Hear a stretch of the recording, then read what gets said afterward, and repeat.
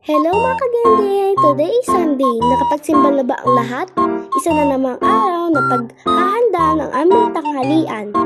For today's video, magluluto kami ng tinola at sasyadong Gigi. Gigi, nakatikim na po ba kayong tinola may kalabasa? I don't, hindi pa. Una, syempre, magigisa tayo. Ito ang ilan sa aming ibang sangkap. Sinabay na din namin ang pagluto ng sasyado.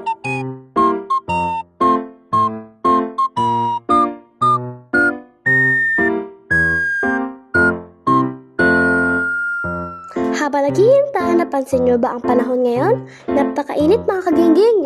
Nalalapit na naman ang summer. May plano na ba ang lahat para sa darating na bakasyon?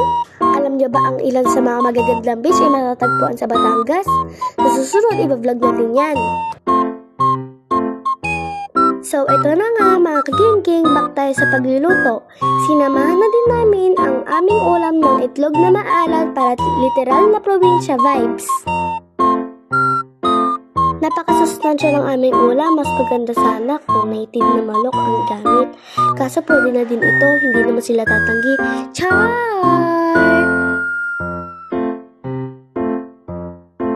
Share ko lang mga kagengeng, may bagong achievement na naman ako. Isa na ako sa mga dancers para kay Lord. Na-excite na ako ipakita at ibahagi ang talento bilang pagsiserve ko kay Lord. Sana kayo din! Maigi na habang bata pa tayo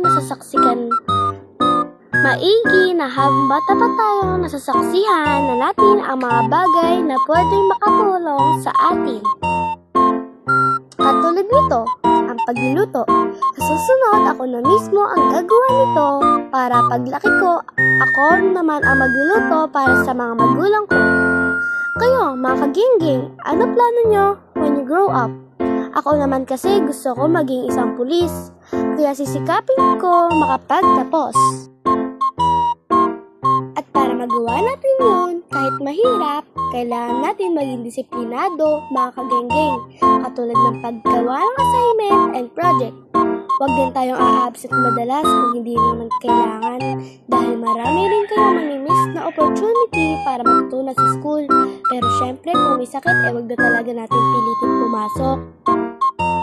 Ay, sa susunod na pasukan, ako na lang ang uuwi mag-isa. Maghihiwalay na kasi kami ng school ng kuya ko. Graduating na kasi siya ngayon. Ano kaya feeling na mag-a-adjust na naman ng bagong school? Feeling ko nakakalungkot dahil hindi ko na sila makakasama.